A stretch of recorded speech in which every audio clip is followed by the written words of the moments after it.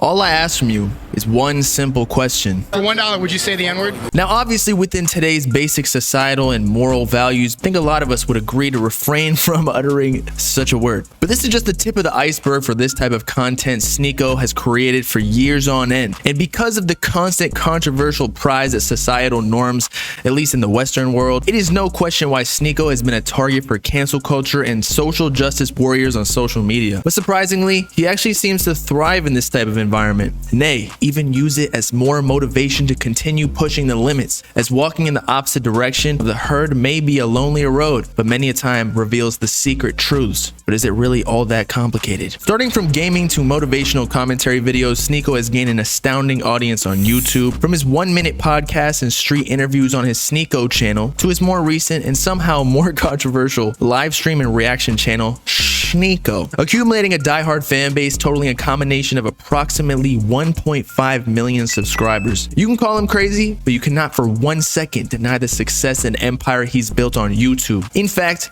many would claim in the pursuit to fight against the cult that mass media has garnered since the inception of the television, or even earlier yet, the government, Sneako has assembled his very own, or at least inherited it, willing to adhere and spread the message to wake up from the matrix. But have they just entered into a new one? But who was Sneako before Sneako? And how did he become so powerful? Or was he this way all along and just recently his message emerged from the ashes due to what seems to be the demise of humanity? In this video, we'll take a look at the controversial rise of Sneako and how his trajectory took off based upon one fateful ideology. Nico Kende Balentasi, better known as Sneako, is a 23-year-old American YouTuber who started posting his gameplays of Call of Duty in 2013. His early career consisted of uploading commentary and rant videos surrounding socio-political issues, religion, racial hot takes, basically anything controversial that challenged the status quo, not too far from his current content. So, for keeping it consistent, I applaud him for that. Utilizing such a content strategy allowed him to grow his then few hundred subscribers at the time to well over 10,000 and more. By 2015, he fully upgraded his channel from a mix of gameplays to solely controversial takes on relevant topics. But already the subject matter seemed to take a toll on his mental health, for in 2017 only uploading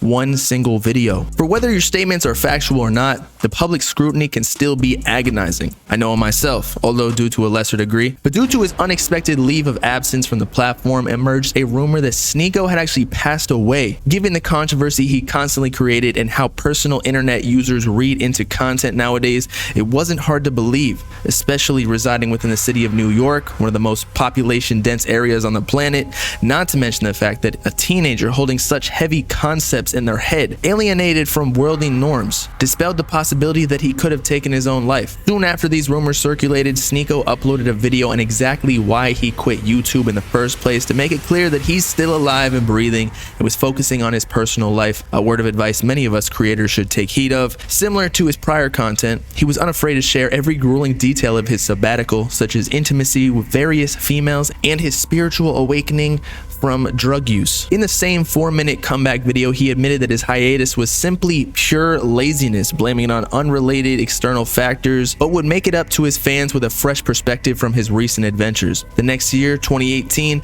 he followed through with a more frequent and consistent posting schedule on YouTube, although accompanied by a set of new obstacles. For one, as a result of being inactive for over a year, Sneako basically killed all of his channel's previous momentum. YouTube is not incentivized as a platform to recommend content from creators that are not currently active, because it will ultimately leave the viewer disappointed. Sneako was essentially starting over. Sneako even describes the victim mentality he suffered from while working for Mr. Beast, arguably the most famous creator on YouTube, contemplating why he was working for someone who was once a fan. Is there a difference between working smart and working hard?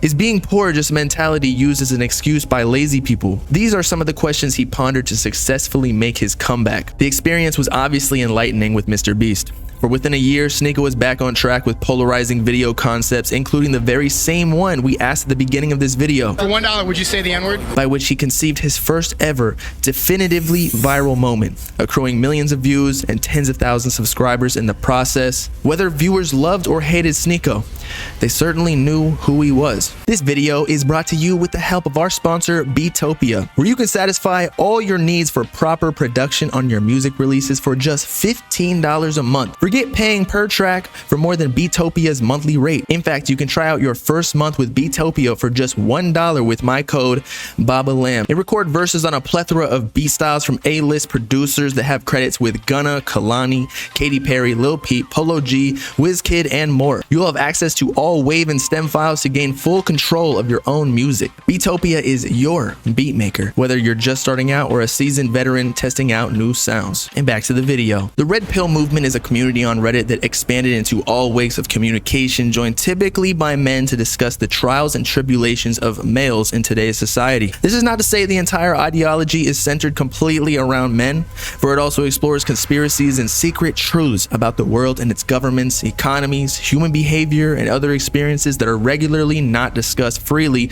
due to the progression of society. The term red pill derives from the critically acclaimed movie The Matrix. You take the blue pill, the story ends. You wake up in your bed and believe whatever you want to believe.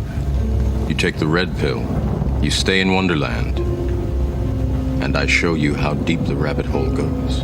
Alluding to the belief that the ones who take the red pill seek true understanding of reality, and everyone else is ignorantly living a life they do not control for themselves. The red pill movement is also known as the manosphere, obviously due to its large proportion of male membership. The ideology is commonly characterized as misogynistic, especially due to a number of extremists believing men to be the superior sex in all facets of life, potentially trying to reclaim power that they claim has been taken from them in recent years, as well as the conspiratorial for similar reasons, wherein believers regard historical evidence as propaganda, hiding the truth behind the real leaders of society, with the primary belief residing in the fact that men are currently being oppressed by the overlords to maintain control of the larger population of lower status individuals, one mechanism of which being feminism. And to be honest, as with many ideologies and religions, they definitely bring up some fair points, but due to the extreme views of some that do not allow for opposite or even adjacent perspectives, the entire community receives backlash. But as we've seen in today's politics, among other competitions, the polarization can be beneficial to the leader, that is. For opposition commonly breeds camaraderie, but more importantly, leadership opportunities. Sneako has made it his sole mission, at least publicly, to wake people up from the matrix that we call humankind, dedicating countless live streams daily on his second channel, Sneako, reacting to red pill related content and debating other popular creators as to why red pill is the one and only truth. And while I commend such conviction in one's own beliefs, many times you become the very thing that you once despised. Sneako's original objective throughout his entire career was to simply question and potentially disprove many societal norms we blindly believe as citizens within. However, now, with such extreme views that granted do consist of some truths, at least in my opinion, of the red pill community that can be argued to be an echo chamber in its own respect, he has garnered followers that sought to escape being a sheep, but unfortunately remained in such capacity just following a different leader. For in my opinion, to truly escape the matrix, the only leader that you can follow to maintain full control of your own life is yourself. But is Sneako really to blame for leading a pack of lost individuals seeking truth? Where did it all go wrong? Over the past few weeks, videos of Andrew Tate have flooded social media. Andrew Tate is a 35-year-old four-time world champion kickboxer and new cult leader of the red pill community who has stirred up his own stew of controversy due to his undeniably controversial views regarding gender roles and other red pill adjacent concepts. He's commonly dubbed as the man who says all the things every man thinks, but is too scared to say in this world that is becoming increasingly demasculinized. Over the years, with his decades of experience as an entrepreneur and investor, he has developed a sort of online school, formerly known as Hustlers University, teaching the ways of modern wealth creation that, again, the unknown leaders of the free world don't want you to know.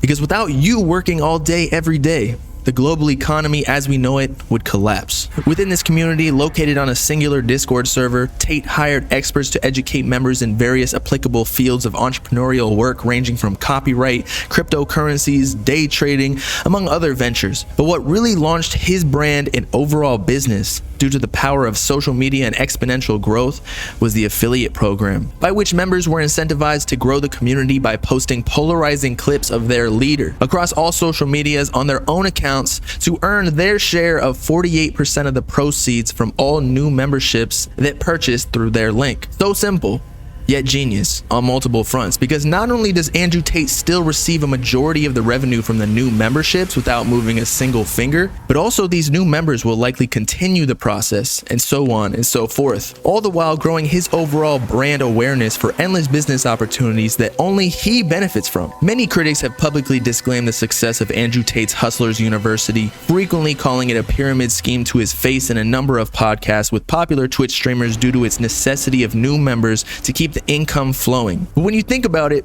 the entire global economy is a pyramid scheme at a certain level, but that's for another discussion. But Sneako implemented the opposite approach. As they always say, if you can't beat them, join them. Not only did Sneako agree with almost, if not every single word that spewed out of Andrew Tate's mouth, showcased from his many reactions on the aforementioned Sneako channel, but he also replicated quite literally the exact same affiliate business model. For quite recently, if you are currently watching this video, which you are, I think, you probably became aware of Sneako via TikTok, likely clip from a controversial take in one of his live streams on YouTube. That is, if you weren't already aware of his original YouTube content. Equally likely, it was probably uploaded by an unofficial account that a member of his community posted on TikTok with an affiliate link to his $245 creator kit in the pinned comment that allows lifetime access to a Discord community centered around breaking out of the matrix. Sound familiar? But most importantly, an affiliate program wherein again you can utilize these new creator tools and skills to earn money for yourself that Sneako teaches to spread awareness of his brand, product, community on TikTok and other social medias endlessly. But amidst what seems to be his peak virality, at least up until this point, many of Sneako's live streams and videos on YouTube have been demonetized as his content has been deemed by the platform's review process as not advertiser friendly. He openly claims that YouTube and other platforms, quote, want you to live in the matrix, likely referring to censorship of what he believes to be the truth. Although what I find most peculiar is that a far majority of his content still remains on the website today. Therefore, technically not censorship.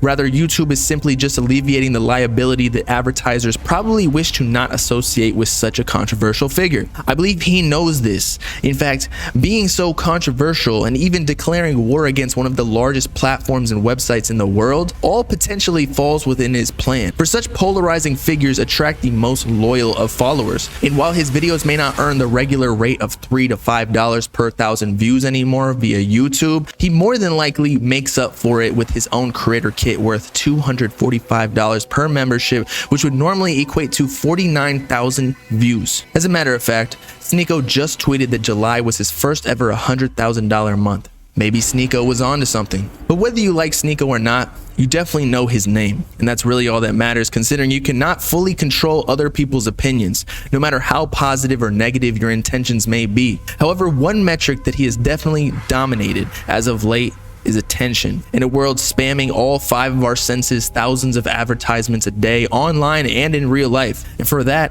I must applaud him. For what we all must realize is that we are not going to agree completely with another individual, even our very own family members. So there is literally no reason to let another person's perspective anger us and affect our own well-being. For if you do, you very well might be falling into their elaborate plan.